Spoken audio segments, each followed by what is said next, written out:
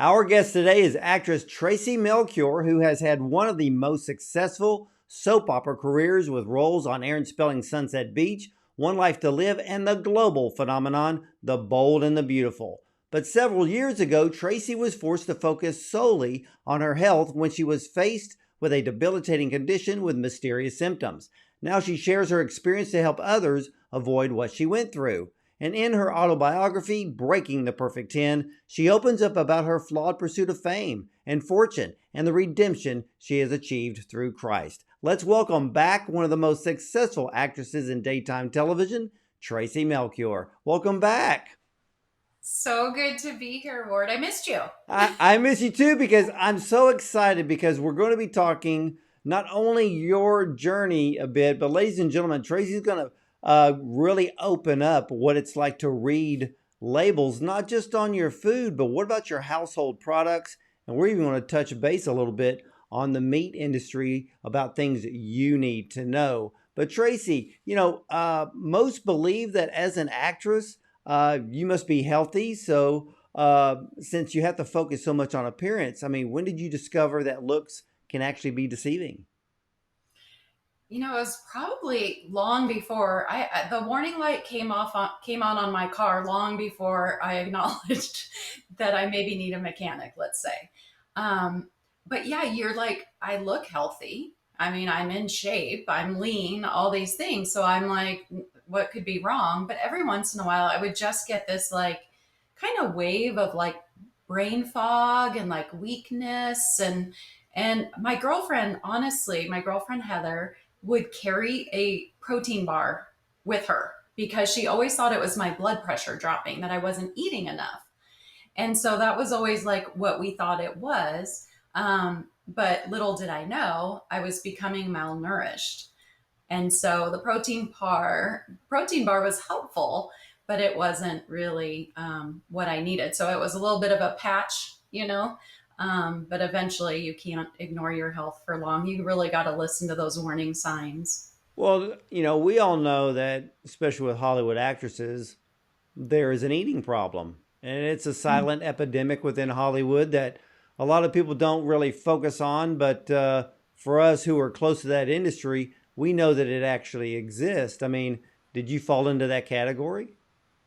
No, I was always like, honestly, I was modeling swimwear and lingerie, and one of my friends threatened, never did, but threatened to get me a t shirt that said Body by Taco Bell. I mean, well, I was very active. So, I was riding horses. I'm big into country dancing. I would go out dancing like 3, 4 nights a week for like hours and just nonstop. And so I was burning the calories. So I looked fine, but I wasn't getting good nutrition. So I when didn't did eat Taco Bell all the time. I mean, well, yeah, I just, mean, when the signs started showing up, I mean, how long did you ignore them until you finally sought help? oh my gosh. You know what? Honestly, when I was pregnant with my first son, who's 22, I passed out. I was actually at the baby classes at the hospital, and I looked at my husband. I'm like, I don't feel so good. I think I need to go to the bathroom. I go, but I don't feel like I can make it. And so he walked with me, and I was right. I never made it to the bathroom. I woke up in a hospital bed. So I think even 22 years ago, I started having signs of there was a major depletion in my body, and I was muscling through life. And I think a lot of people do that. We just muscle through. We're like, but I got to do it. Just, get there and get going, and you'll be fine. And, those sort of things. And that's what I was doing. So how many doctors did you go through until you found out what was really wrong? Gosh. So when I first broke down on the freeway to keep my car reference going was, I think, about 9 years ago. So it took, so it was like 10 years of ignoring these little signs and symptoms. And then, when I finally broke down on the freeway, I went to 4 emergency room visits. I thought I was having heart attacks. My heart would just race, and I'd just be laying there in bed, relaxed. I was watching The Bachelorette or something. I was like, the most thing I'm stressed about is I want her to pick this guy or the other. This isn't enough to be this stressed out.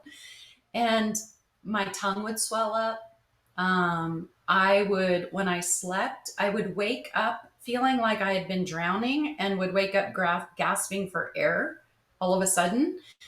It was just very bizarre things were going on. Major neuropathy in my arms and legs. So I took myself to the ER, I think 4 or 5 times. And every time they would check me out and they're like, you're fine. I mean, maybe, are you stressed? I mean, could it be hormones? Could it be, the typical things that they do? Little things were low. I did have a ferritin level of 7, which is extremely low. So that was one thing they found. Um, my B vitamins were a little low, things like that. So I was sort of trying to address those things. They sent me to an endocrinologist because my thyroid, and I found out I had Hashimoto and hypothyroid. So I went through an endocrinologist, but there were still symptoms that they couldn't explain because they were treating those. And, I did things like that 24-hour or urine thing where they collect it for 24 whole hours and every kind of test. And then I went to a cardiologist about the heart. They even monitored me overnight at the hospital once. And of course, nothing happens, just like when you take your car in, right? It stops making the sound. And then cardiologists, endocrinologists, neurologists for the neuropathy. And then I just had this epiphany. I had done a commercial for Xeomin, which is like a Botox filler thing. And one of the doctor who did that was also a functional medicine doctor, ironically. And I went and talked to her and I started going this more natural route, like investigating, and I took her this huge pad of all of these labs. It's been like 6, 8 months of no one being able to explain what was going on with me, but I felt like I was dying on a cellular level. And I told my husband, I said, just on my gravestone, can you just put, I told you I was sick? Wow. I mean, when did you end up finding the missing piece? So with seeing her, she said it was pretty phenomenal. She looked through all my paperwork, right, all my labs. I brought her all my records from the last year, and she looks at me. She looks at my husband. She goes, "I think I know what it is. I'm going to give you your wife back, but I need about 6 months." And so she diagnosed me with the gene mutation, the MTHFR.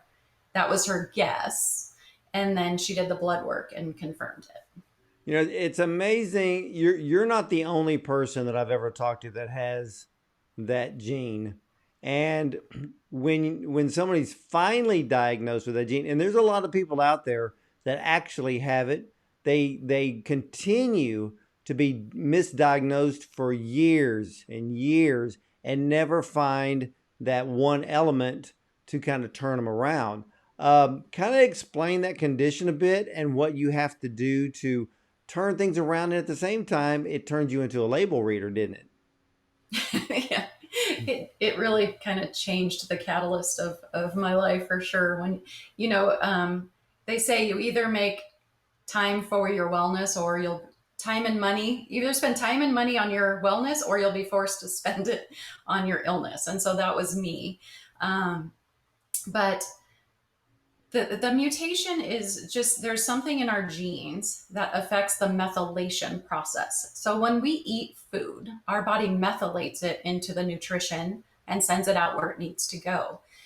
The MTHFR gene has a difficulty doing that methylation process. Now you can either have a single mutation or a double mutation. Lucky me, I don't do anything half. I got the double. So if you have a half, I think it's approximately like a 30% deficiency. But if you have the double, you're at about 70%. So even when I was eating healthy, which, like I already admitted, wasn't all the time, um, we're not getting the nutrition. So I'm like eating a spinach salad and getting the nutrition of a cheeseburger, maybe, that kind of thing. So that's the main thing. The other part of our methylation process is not just absorbing nutrition, but methylation process also is about getting rid of toxins in our body. So those two things are the major focuses. And those two things can, as I learned, cause quite a bit of havoc on your health. And you have to have very specific nutrients going into your body because of this, right? Yeah, so one of the big things is you have to go gluten free. And a lot of people are like, it makes me crazy because I'll go somewhere and I'll be like, oh, I'll take the gluten free crust. And they're like, is it an allergy or a preference? And I'm just like, well, neither. Well, if you It's not. offered it on your menu, why question the customer? I know. And I think that they don't want to know how lax they can be in the preparation process or whatever, like, do I need to change my gloves? And so, in their defense, I understand why they're asking. For me, it's not like, oh, cross contamination and that sort of thing. But when you have MTHFR, which maybe they should add that, is it celiac? Is it MTHFR or intolerance? But it's not an allergy to it. But most foods that are gluten foods are fortified with vitamins and minerals, which when I said we have a hard time and we need more nutrition, you would think that would be good. But unfortunately, what these companies do when they fortify with these, they use a synthetic form of B9, which is our folic acid or folate. They use folic acid. That people with MTHFR cannot process that and it turns toxic in our bodies. So we don't absorb it. So we need methylfolate. And so that's the big thing, the big difference with MTHFR. So is it? And I understand that there's also other nutrients in the methyl group, and I guess it just comes down to reading the labels. But with this type of condition, it kind of led you in reading labels of not just food products, but also household cleaning products as well, correct? Yeah, because genes are very, it's kind of like you crack them open and then there's just so many variables in there, right? So they have the basic two gene mutations, but then you've got your ALEs and your SNPs and all these variances. So all of us have a unique, genetic still, even if you have both those, we can all be very different. My biggest ones were the nutrition absorption. That was big.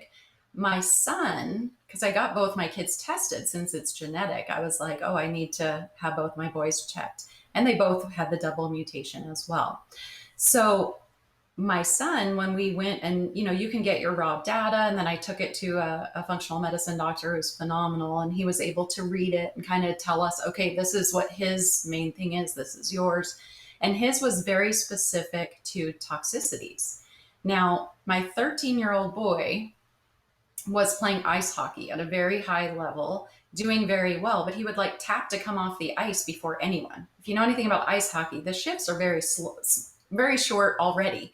And he would be tapping to come off. And we're like, what the heck? You're usually like lobbying for ice time in hockey.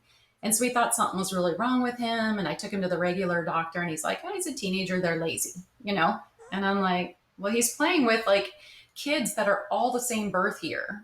And we would go on tournaments and in between games, the other kids are, playing, knee hockey in the, sorry for the other residents of the hotel, but they're like in the hallway, they're goofing off. And he's like, I'm going to go take a nap.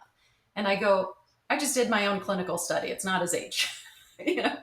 And so I took him to this functional medicine doctor, and he was actually heavy metal toxic at 13 years old. And he said he easily could have been one of those kids that all of a sudden just the organs start shutting down. Wow. So where did you find out he was getting the heavy metal toxicity from?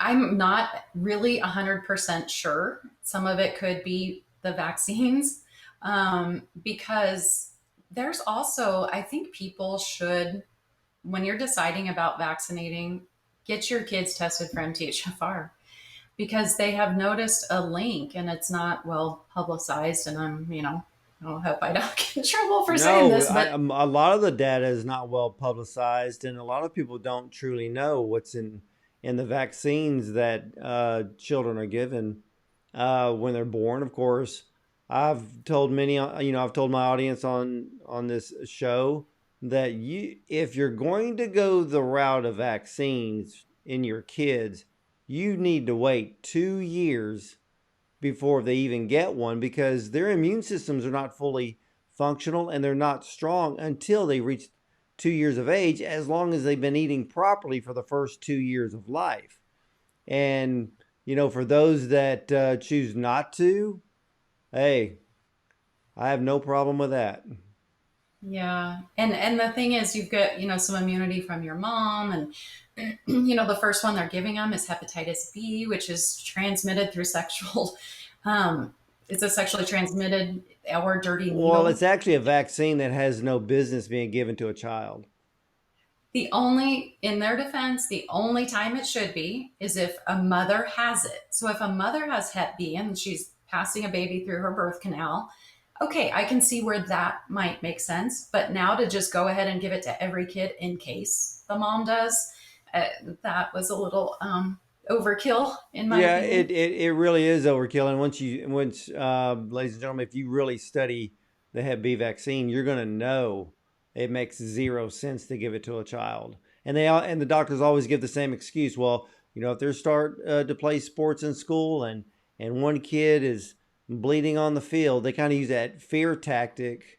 And I mean, the chances are so low. It's just nuts as to why Yeah. so but it comes down to the parent making the right decisions. But when it comes to the immune system, ladies and gentlemen, a child's immune system is not fully functional. It's not strong until they're the age of 2, as long as they have been properly raised the first 2 years. But if they've been living off junk food, or maybe they were formula fed, you really need to think twice about that. But you bring up a good point, Tracy, because maybe many more kids need to be tested for this gene, so that way they don't fall into this category of being having heavy metal toxicity, having the inability to detoxify things from their body, and then always battling health issues that probably are that are going to be misdiagnosed years to come.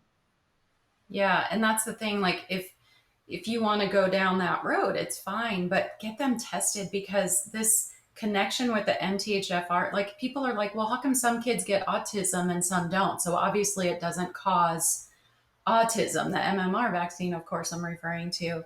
But to me, that's like if we're finding that most kids that are getting autism from the MMR have MTHFR, then maybe we should start testing before we give it.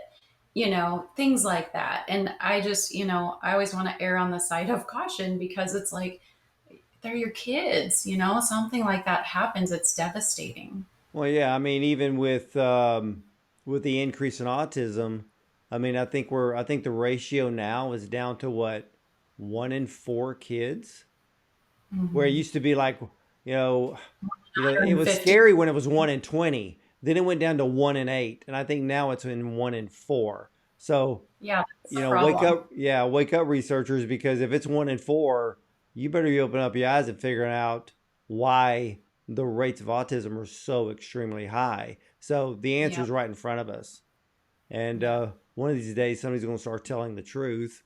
Mhm. But you found things in household products that I guess alarmed you. What were those? So yeah, after going through the whole functional medicine route, and they had us on their pharmaceutical grade supplements and everything, but all of a sudden, actually, I went to a fundraiser with a friend and we Facebook friended each other. Her name's Nicole Remini. She's Leah Remini's sister. And we kind of hit it off and we became Facebook friends. And she started posting information about the chemicals and products. And can you believe no one ever talked about that? No one ever, a year of going, I spent $19,000 one year on my health. $19,000 and not one person. Everyone focuses on diet and exercise. Great. Good start. Two of the hardest things, though, to get people to do about their health. But we always start with that. And then they often fail because those are difficult things, right, to change. How often do we breathe? What are we breathing? What's our largest organ? Our skin. And those two things should be the first thing, in my opinion. Well, And then you start, no, no, yeah, from, go ahead. I'm sorry. no, it's okay. Go ahead. Well, you kind of gave the thought to me, because I've heard this before, and a lot of people never think twice about it. But let's say your house is full of potpourri and you're burning scented candles on a continuous basis. You're actually creating a form of air pollution in your own home, breathing in things that are technically not natural. Yeah, I used to think something either smells good or bad, and that's the end of it. Yeah. That's the end of scent. But it's there was a study done over 20 years, 28 researchers, 9 different countries. They followed over 6,000 subjects, and they concluded at the end of that those who used house national brand cleaners had as much damage to their lung capacity as those who smoked a pack of cigarettes a day. Now, this was peer reviewed in the American Journal of Respiratory Care Medicine. You can look it up. But what that wasn't making, like, everyone should know this. Everyone. That's insane. You hear about people getting lung cancer that never smoked. You hear about people with COPD, a lot of COPD. What about asthma? People think, oh, I got asthma. Oh, it's just a way of life. I'll be on an inhaler forever. Most asthma is chemical induced. Wow. I mean, that even gives me the thought of people who deal with, they deal with a fatty liver, but they've never had a drink in their life. Yes. And a lot of that has to do with not only a poor diet, but we also have to look at a lot of the chemicals that disrupt the detoxification process in our own body. So, Right? yeah, you have somebody eating wrong, or I should say eating poorly, and then using household chemicals, maybe even they're tending to their flower bed or their garden and using very toxic chemicals outside. So you're adding all of these elements, and Mm. they think that, oh yeah, I eat fine, I eat healthy, but their environment is completely polluted and toxic. You bring up an interesting thing. For years, I've been a horseback rider, right? Fly spray. That fly spray, you spray your horse with the fly spray, half of it's coming back in my face, right?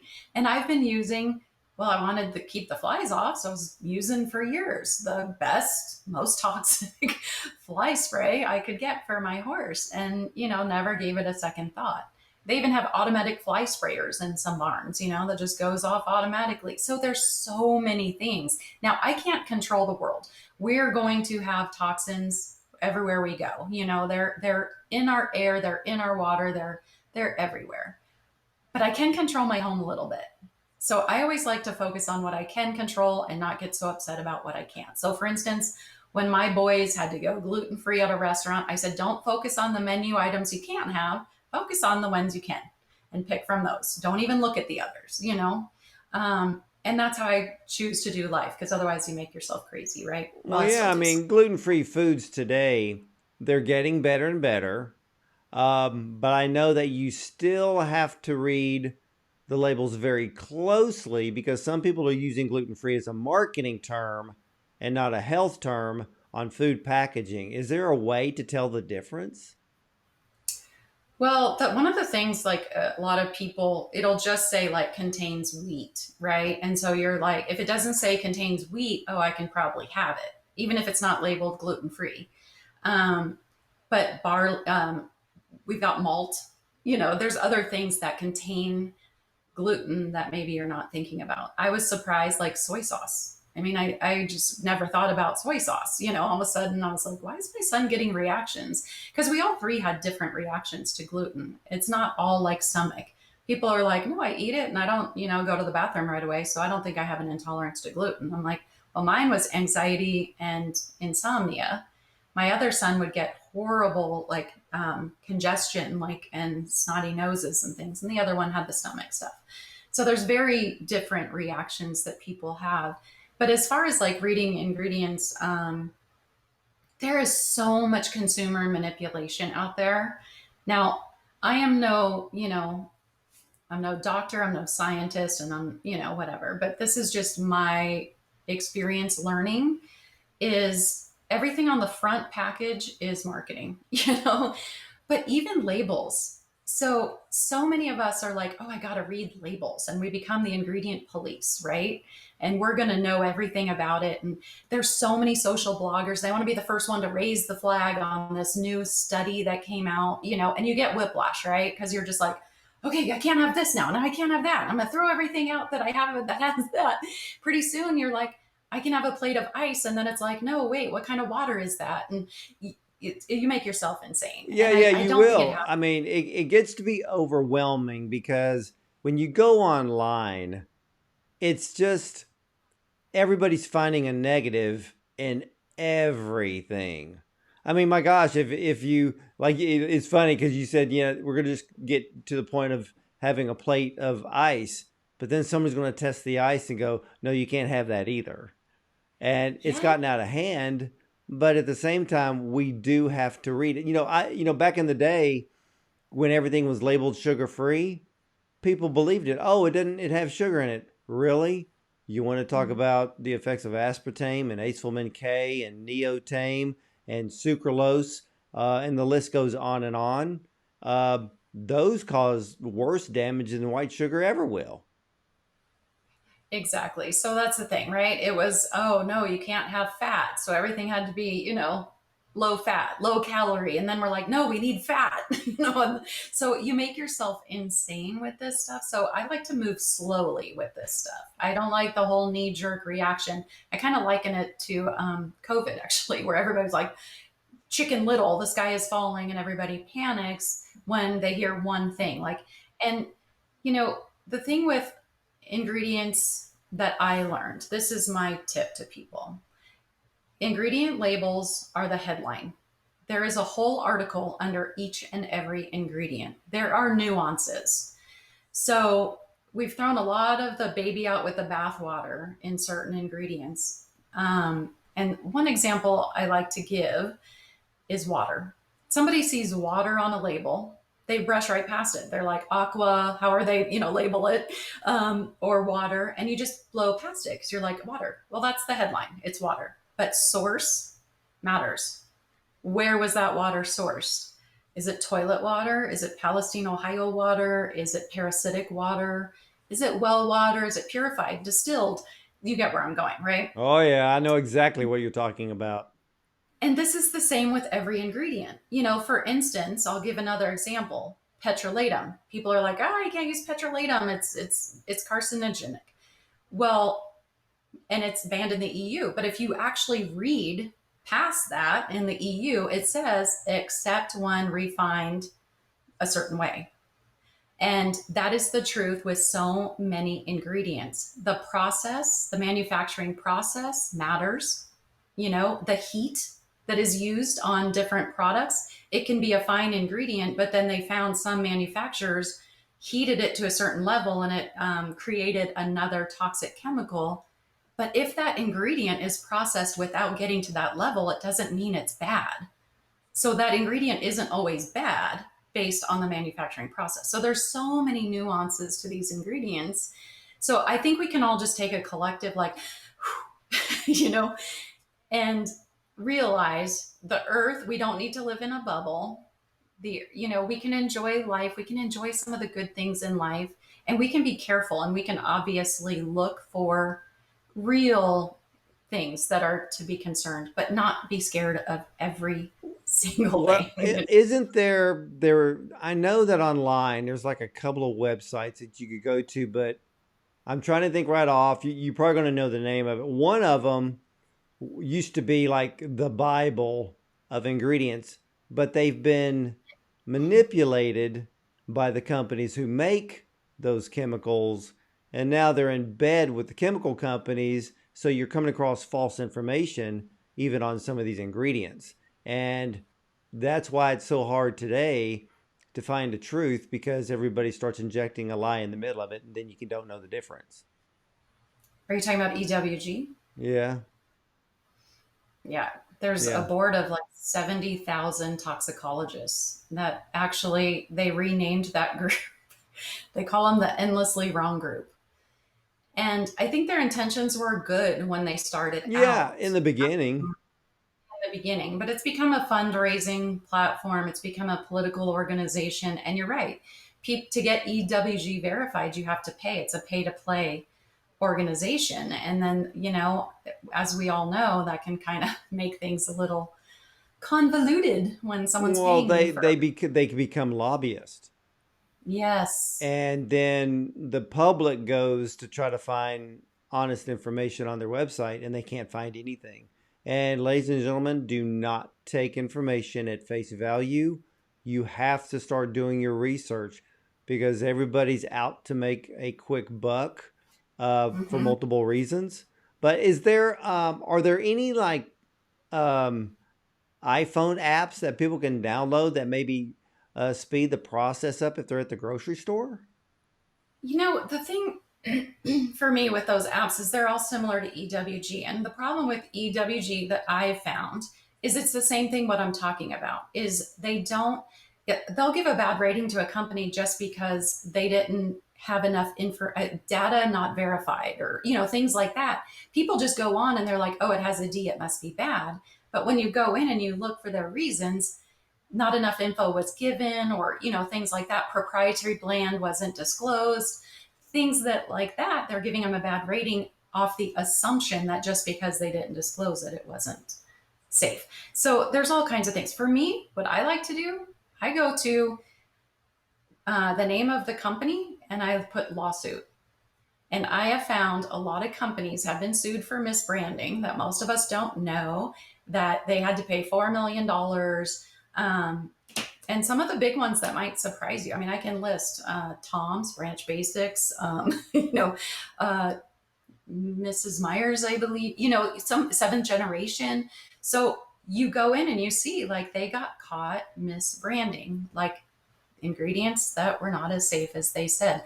I personally like also a company, instead of me having to read every ingredient, I like a company that says we never use phthalates, parabens, formaldehyde, no caustic toxic chemicals. I would rather a company blatantly overall state that than me, who wasn't a science major, trying to memorize what I learned from a blogger on social media, that what ingredient to look for. Because I would rather that blanket thing that just says they guarantee none of that and they don't have a lawsuit claiming they ever have. It's right. And ladies and gentlemen, let me explain something to you very quickly when it comes to labeling. The FDA, that is not their territory. Okay? The FDA has no jurisdiction in the areas of labeling. It's the FTC, the Federal Trade Commission. These companies are more in fear over the Federal Trade Commission than they'll ever be in fear over the FDA. The FDA, they're like, yeah, whatever. But the FTC, that's like, that's like Goliath coming after you with two swords and two shields, and you better run. And I know a lot of companies, good companies, that were fined millions upon millions of dollars based on what was written on the label. Had nothing to do with ingredients. Their ingredients were completely organic, but they may have had one word out of place because the FDA, as well as the FTC, can act like a big bully to a lot of companies, and a lot of those companies are small. So how do you define a fine? Well, here's what they do. Let's say they pick a product and they go, oh, it's this line, this sentence on this label is wrong. We'll fine you. So here's how your fine's going to work. The day your product debuted on the market till the day they walked into your office, they total up your sales. That is your fine. They take it all away from you. That's how a fine is made. Now you're Oh, educated. wow. I did know a little bit about the FTC overseeing, and I know that they're very like as far as like medical claims or you can't that's a huge one that companies have to be Yeah, and a careful lot with. of companies, the mistake is not actually made on purpose. You know, Hmm. and a lot of times these companies they have their lawyers. The lawyers do try to do everything correctly and make sure everything's worded right. But then you get caught, and it's not like you did anything wrong.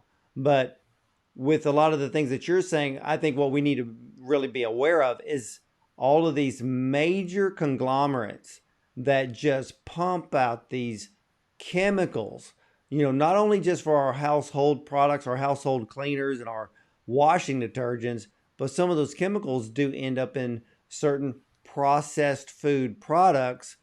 And Those people are rarely fined. So go Yeah, figure. and but and the thing is they can afford it. Like That's right. it's a cost of doing business for them. Look at what Johnson and Johnson had to pay after, the baby powder thing. And it's just a cost of doing business. They pay these out and it's just that's how it is. And the other thing is when you're buying from, Procter and Gamble products, Johnson and Johnson, all of these big conglomerates that we're talking about, they don't sell direct and they don't care about their end customer. Sorry, they don't. Because you know who their customer is? Target, Walmart, the grocery store. They care about is them. They are their customer. They're the one who buys this huge volume. They don't care about you, the individual.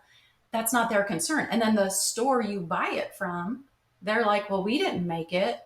So you're left with no accountability, no recourse, no one really cares, you know? And I That's think right. That's right. Now, for you, I mean, do you only use products with natural ingredients that you can, let's say, read easily? no, you know what? That that actually drives me crazy when people say that. I have to say because like for instance, not everything in nature is good for you, right? We've got rattlesnakes, like I talked about parasites. There's all kinds of things in nature that will kill you fast. Sadly but true.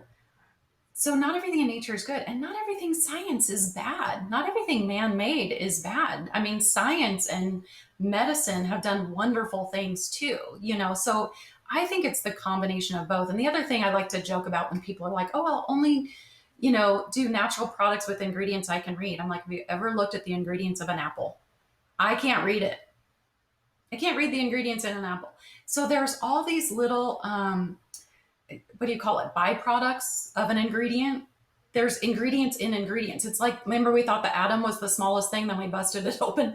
It's like there's so many extra things in there. You'll make yourself crazy. Well, yeah, it's like when people say, well, I'm allergic to spaghetti sauce.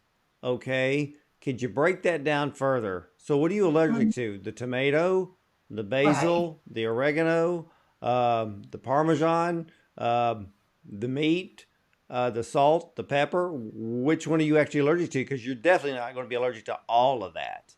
And Exactly. You reacted to one marinara sauce or spaghetti sauce or what have you. Like, okay, that brand maybe uses this or that, or, and there's how many different kinds of tomatoes, it's like, so. well, do you have a favorite example of reading ingredients that is not the end all to be all for our health? Is there an easier way to judge a label and know what we should buy and maybe should avoid?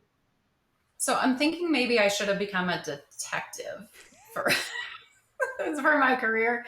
But one of the things is there's so many little tricky words they use. Like for instance, like kills up to, like disinfectants, kills up to 99%. Or I've seen, because fragrance is a big one people are scared of right now. That's one the flag's been raised on fragrance, and everybody's like, anything with scent's bad. I'm like, nature has fragrance. There can be good fragrance and bad fragrance, right? I mean, I love all kinds of flowers, they smell great, Um, but the main concern with fragrance is the phthalates that most companies use in fragrance to help prolong the scent and stuff. But if, like some of them will label fragrance and then they'll say in parentheses, like including, and people are like, oh, those are safe fragrances. But what they don't understand is when you say including, it doesn't mean they listed all of them. But so they are using so many tricks. So again, like, I really I wish that it would be required, like you said, like if something says gluten free, fat free, whatever, maybe with personal care products, it should have to say, and some of them do. They'll say paraben free, but then it's got formaldehyde and triclosan and, whatever. And you're like, oh, it's paraben free. It must be good. But why is it just paraben free? But I think if they would list like a blatant like claim that it doesn't have caustic chemicals, it doesn't have toxic chemicals, because like you said, it's overwhelming. But anyway, I don't really have any hard fast. These are just a couple tricks that I've learned. And there's a lot of places online that people can, type in and say organic household products or household cleaning products, and they'll be directed usually probably to the better ones that are available out there. At least you're not going to the grocery store buying all the ones that are definitely going to be causing a toxic household. And and ladies and gentlemen, you just really, it comes down to, you got to do your homework. Okay. If you can't pronounce it, it's probably best to avoid it. And we all know about red dye number 5 and blue number 4, and the list goes on. Those things don't need to be in our body. Those are completely synthetic. And Tracy, you bring up, the idea of somebody having that the gene problem, then those artificial ingredients will pose a problem because your body's not going to be able to detoxify them correctly. Yeah, exactly. And that causes so many other issues. And people don't realize too, like a lot of the dyes are huge for brain health. And it's awful that how many kids are drinking electrolytes with those dyes in them to make it look desirable, but especially for growing little brains, and the Skittles and the M&Ms with those dyes in it. Those would be huge ones to try and avoid. Yeah, and But I use hydration products for cycling, but I don't use I don't use the liquids. I actually use the organic powder versions that you add to your water. And you can at least look at the ingredients and understand every ingredient. And that's what it really comes down to. Now, what about those people that you talk to and they say, well, I would love to eat organic, but it's just too expensive? What do you say to them? I really don't believe that healthy should just be for the wealthy. I was blessed that I was able to spend that money and take a year off, because I was literally disabled during that health issue. I could barely get out of bed. I had to rush through a shower. I was so fatigued. So I was blessed to have that. But after going through all of that and then learning and finding, like, and if people want to reach out to me, I mean, I found products that I do use that I'm willing to share, that are not overly expensive, that it doesn't have to cost you a fortune. There are ways to do this, without, I like to say you don't have to spend a whole paycheck at Whole Foods to be healthy. um, there are ways to do this. And honestly, you know, a meal might seem less expensive, perhaps, like, oh, the salad's more or whatever. It might seem like it, but if you're getting that nutrition, it's going to sustain you longer. And I noticed one thing, like I learned with finances, is similar with food. People have to start looking at long-term costs, not short-term. If you're just looking right here and you're like, oh, but this is $2 and that's 3. Okay, well, if that's 2 and that's going to sustain you and keep you out of the hospital and, other things like that, that's money well spent. This is life's the long game. I'm going for the long game. I say the goal in life is to die, to live as long as you can, as young as you can. you Oh, I know, love that. I love that. I mean, yeah, I mean, we want quantity, but we got to have quality at the same time. And right. now you've also come across deceptive labeling in the beef industry. What did you find? Yeah, so with MTHFR, B vitamins are huge, right? So beef is a big source of protein for me and my family, and we're a little bit of been we've been beef snobs. We really like the high choice, the prime, and that gets very expensive, granted. But I started learning about some behind the curtain stuff with the beef industry. So everyone's about the grass fed, grass finished, those things. For instance, what most people don't realize is a steak can be labeled, or hamburger meat, whatever, can be labeled grass fed, grass finished, and it can still have lived the last 6 months of its life in a feedlot being fed corn, gluten, oats, all of those kind of grains. What the grass fed industry did was they lobbied to be able to do that. And their little caveat was they would feed those things during the milk phase, so before those things sprout, so then they're still considered a grass. Wow, that is one big huge lie. That is crazy. So just by growing the grain to a certain stage, they can still put on their label grass fed even though they were raised in a feedlot Well, the last 6 months. the So last they might six have been, months. But and still, I mean, that is so deceptive. And I actually read an article. This has been a while back. And a lot of people don't realize about the beef industry. There's a lot of politics. There's a lot of bullying that goes mm, along, especially when you bring up the word certified Angus. It's almost like you oh, stepped into the lion's den when you bring that up. well, that was the other thing is I always thought, oh, it's certified Angus. Angus cattle makes really good steak, right?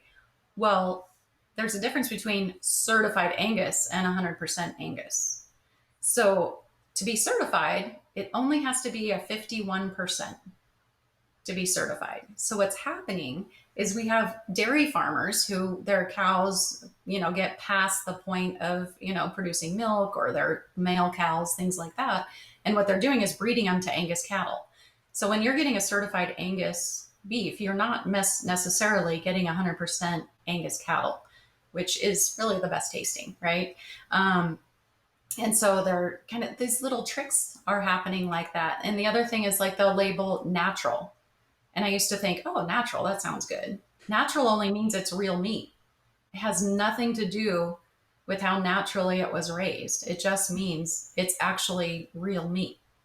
Okay.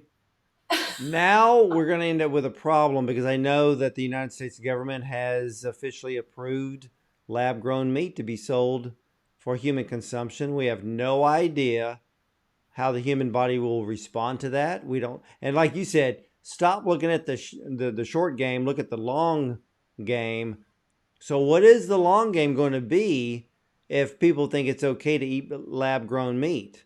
And part of me is saying we've probably already had it and nobody said anything, because if you do the math, just think of all of the people in the United States. How much meat do they eat per year? And then try to figure out, is there actually enough cattle to cover that? To me, the math doesn't add up. So has lab grown meat or whatever derivative they've created, has it actually been on the market much longer than we realize? And maybe we've been eating things that are technically never been grown on a farm. Sometimes I wonder. Sometimes it wasn't my cooking, I think. And I think sometimes it was just, I think I Yeah. just got some wild meat, why that didn't taste so good. But I agree with you. And they're saying, well, it has the same nutritional value. And again, label on paper. But it doesn't matter what's on the label. It matters how your body processes it and how it can absorb it on a cellular level and all those things. Because just like, what I was talking about with MTHFR, it's like your body has to methylate and be able to process that. So even if this synthetic meat or lab grown meat, what are they calling it? Cultivated, or I forget what the name, I there's a just C word. heard lab grown, and you know, I think it's cultivated, that they have to, the label has to say something like, I think it said cultivated, something like that.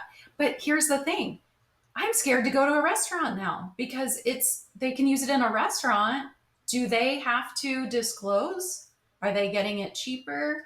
I don't know. I'm a little bit nervous. well, here's, I think it's become a joke. It's become a meme on Instagram. But anytime we hear the words "trust the science," my answer is no. And and Coming from a doctor. I'm not talking just the last 3 years. I'm talking about what's been going on for the last 40, 50, 60, 70 years. I mean, the lies that go through the food industry uh, is almost as old as time. I mean, the moment that we ended up in the Industrial Revolution is when everything went downhill. It's kind of like when Adam and Eve got kicked out of the Garden of Eden, and God goes, "Here's a shovel." Mm. From that point on, that's where organic was. Okay? Mm-hmm. But man has sinned against the very land that God gave you to cultivate. We've sinned with what we put in the soil, and we have sinned how we've created the seed, and we have sinned on how we've raised not just cattle, but pigs and chickens, and the list goes on. I mean, even down to farm raised fish. Really? I mean, that's not even natural. And neither is wild caught. I mean, you raise it in a farm, you let it go, and you go catch it so you can say you caught it wild. Well, Well, everything's marketing. Like you said, the only way you're going to know truth is turning the label over and reading the back. yeah, and that's like I said, the headline, and you can get so much info. And when you talk about all this stuff too, something that comes up with me is I'm a carnivore for sure, but I love animals. And when we have become factory farmed meat, it's really sad, really, how the treatment of them and how they've become such a commodity the way they have. And that's another thing that I just look past the label. So it might say no added hormones, and you're like, great. But if they stress the heck out of that cow, hauling it in the jam packed. We've all seen them going down the freeway and those on those trucks, right? The little holes, and they're just crammed in there. It's awful. It's so sad. Then they're getting on conveyor belts. And do yourself a favor, don't look into this, but how they stun them before they hang them. And sometimes the stun isn't good. And so my thing is, like, I just keep looking a step beyond the obvious. So it might say no added hormones, but if there was not good stewardship and how that cow was processed, the amount of stress hormones that were released into that cattle are going to affect your beef enormously. So for me, labels are great, but like I said, they are the headline, and you really have to think past them. Absolutely. And, a lot of people don't know this either about the beef industry. The majority of it's kosher. So you're actually focusing on what? Maybe 10% of the population that eats kosher, but the only way to, the beef industry cannot afford to separate the cattle lines. So they do it all. Mm. So they hang up the cattle. So when they take that cattle's life to make your hamburger meat or a steak, then that, kosher just means that when they take an animal's life to create, our food, it's not in the blood of the previous animal. That's all that means. And Mm. so the majority of the industry, from what I've heard, is kosher because it costs way too much money to make one line of cattle for kosher and one line not. So you just have to do it all to reduce cost. Ladies and gentlemen, Mm. if you literally did your homework, you'd probably do what Tracy said and just eat a plate of ice and go with that. But we can't live like that. But we do have to learn to read labels, and it's even though not just the hormones, Tracy. Even when we read a label that says no added antibiotics, that's very misleading.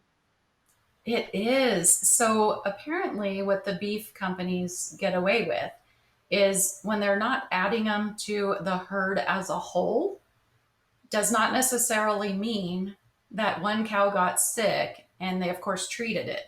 So you don't know if the cow you got was a sick cow that got treated with antibiotics. No added generally means just they don't automatically give them to the herd. So the reason they automatically add the antibiotics is a lot of these cows are raised in close quarters. I don't know if you've driven by. Sometimes they're not in pastures, they're sitting in mud and things like that. So they're more prone to getting sick. And so a lot of these farmers, they need to keep their cattle healthy. So they just do this proactive thing of just automatically keeping them on antibiotics. And a lot of people don't want that. So they started again this new, marketing thing where they're like, oh, we don't add them as a whole, but they just put that cow back in the rotation once it's healthy. Oh, well, yeah, and the funny thing is America has the most polluted meat supply, but you go to other foreign countries, maybe it's Chile, Argentina, Ireland, and others. They may say, they grow cattle to where no hormones are used whatsoever, but then they may use a certain form of antibiotic, like you said, to prevent disease based on their close quarters and things of that sort. So, different nations have different rules. I drove through West Texas one time and noticed the cattle ranches. There is not one lick of grass in West Mm. Texas, and you could look for hundreds of miles and see no grass at all. And what are these cattle doing? They're sitting there. They're standing in under a cover eating hay all day long, and that's the kind of meat supply you're going to get. And I'm So, curious too. At this, I don't know the answer, but I would guess that it can be called grass fed, and people assume pasture grass, right? But it could be grass hay, could be alfalfa hay, that kind of thing, which isn't terrible. I mean, I feed that to my horse. Um, but the other thing is, even if they are pasture raised and grazing, it's like, well, what was that grass treated with? It's like you can just, it's the insane. the How did they grow public's the yeah, the public's perception when they see a label that says grass fed, they think that the cow is roaming around in a beautiful lush green pasture and somebody's going out there petting them day in and day out, and they gave them a name and giving them kisses on the forehead, but that's just not what grass fed means. No, it's not. It's just another, and the way people just like flock to, and there's all these people on social media who are like, grass fed's the best, grass fed. And people are like, I need grass fed. And they just go with it. Which, I mean, there's good in that too. I mean, we definitely want people to, promote healthier options and things, but just think about all this stuff. There's more than meets the eye with all of these things. Yeah, and ladies and gentlemen, just if you really want to kind of compare, especially when it comes to the meat, you may want to check out a brand new company. Just go to their website called myfreedombeef.com. Check them out. Right on their homepage, it tells you no antibiotics, no hormones, no mRNA vaccine in the meat. So you may want to check them out, and so that way when you read, you're going to learn some things compared to what you may buy at the grocery store because you have no idea where that food is coming from. And you got to start reading your labels because now that lab grown meat is going to be offered to your grocery store. And I guarantee you there are people going to buy it. I'm not going to buy it because there's no research as to what the long-term effects are in eating something that's not real. And it also comes down to the produce. I always buy organic for a reason. Uh, we have so much produce now that's full of GMOs. And what is GMO? Well, that means that you could buy an apple that has uh, DNA of a fish or DNA of an animal added to it just so the fact that it can prolong shelf life. Did you know that if you buy a conventional apple at the store, most likely that apple's at least 6 months old before you bought it? So it's been in cold storage because apples don't grow 12 months out of the year. We have seasons. Another reason, Tracy, I've read some incredible books where we should actually be buying foods in season so that way we Yeah. know we're getting fresh produce, fresh fruit. But a lot of people don't understand it. A lot of this stuff is placed in cold storage. We were in South America and we walked in. I can't mention the names of the companies, but walked into the cold storage. We're talking, and without causing damage to the fruit. You literally walk in there; it's 0 degrees, and they can prolong the life of things that they've picked off trees for the next 6 months to almost a year before you ever buy it in the produce department. Which is why I always choose organic when I can. And of course, there's things online that you can look at. How do you remove wax from citrus fruits? How do you remove wax from an apple? There's a lot of tips online that you just look that up and at least lessen the damage if you have to buy conventional produce. So, Tracy, you've given us a lot to think about. I think you kind of scared everybody. Oh, that wasn't my intention. I hope not. But I have one other tip when you're talking about fruits at the store. Did you know they use dyes on like a lot of berries? Like, what the heck? There's They're no dyeing such them. thing as red. There's no such thing as red potatoes either. That's all dye. It's insane. What? Are you Yeah. sure? Out of one company, they paint theirs. Oh my gosh. Okay. But Well, I'm not a red potato guy, so I don't really care. I have a friend of mine grew red potatoes. I'm Well, I pretty guess you certain. can, unless companies they need to provide red potatoes Yeah. in the produce department, so they probably take a certain type and dye them red. But I've seen them go across the conveyor belt in the red dye being applied. It's the craziest thing. Yeah. So Well, my hope is everybody just make time, be willing to spend a little more. Your health and wellness is worth the investment. It doesn't have to cost you a fortune, but really think about not what it's going to cost you now, but what it might cost you later. So that is my tip. that's right. And ladies and gentlemen, if you have kids, start feeding them correctly because the way we eat when we're young is going to show up in our health when we get older. And, you know, I want to be energetic and spry whenever I get into my 70s and 80s. I don't want to be using a walker, you know. I want to Well, still be riding my bike. yeah, it's not the amount of years you live, it's the vitality in the years. And I'm glad you said that about young. And you and I could talk forever. And I'm trying to wrap it up. But what I didn't realize is those endocrine disruptors in these baby products, household cleaners. We're putting our kids in these bathtubs that we just cleaned with Clorox bleach, and then soaking them in them and putting these baby bubbles in there. And most of the studies, I mean, look at the endocrine society. There's so much stuff about it's the early life damage. And we really, I look back, I wish I'd known all this when my kids were tiny.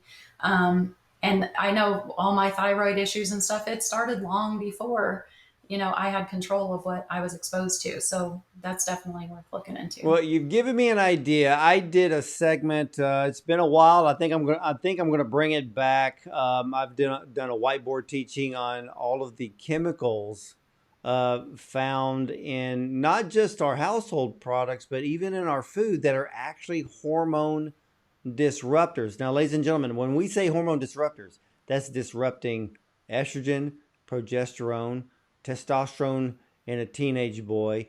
That includes disrupting the hormones in your thyroid, can even disrupt hormones from the pituitary gland. And I mean, I have another teaching that I'll be doing here in the future on PCOS, so polycystic ovarian syndrome, and that is misdiagnosed in many women that may be dealing with or not dealing with Hashimoto's. Many doctors get them confused because the symptoms can mimic one another, or they just put a label on them and say, you got both, when they haven't done adequate testing. But that's a whole nother conversation for another day. But ladies and gentlemen, do your homework. Your life depends on it. Like Tracy said, it's better off spending the money now for prevention and eating better and taking the right things than having to pay to try to reverse the illness that you end up later on in life. So, Tracy, it's always great to have you on the show. You are absolutely informative. You kind of got me riled up. I'm thinking about adding some more segments. I want to have you come back again. You and I could talk forever. I enjoy our conversations. You're a very good host. Oh, thank you so much. And ladies and gentlemen, look, we need to start taking a closer look at what we're not only putting into our bodies, but also cleaning our house as well as our clothes. Now, for more information about Tracy Melchior, go to tracymelchior.com and also check out that website we just mentioned, myfreedombeef.com. You can actually order directly off their site, and it's all safe and healthy to eat. So check them out. They're brand new, and they get this. They grow, and I should say they raise their own cattle. So they know from the very beginning to the very end what you're going to get when you order from them, and check them out. Fantastic company. And ladies and gentlemen, again, thank you for watching. And as for me, I'll see you next time.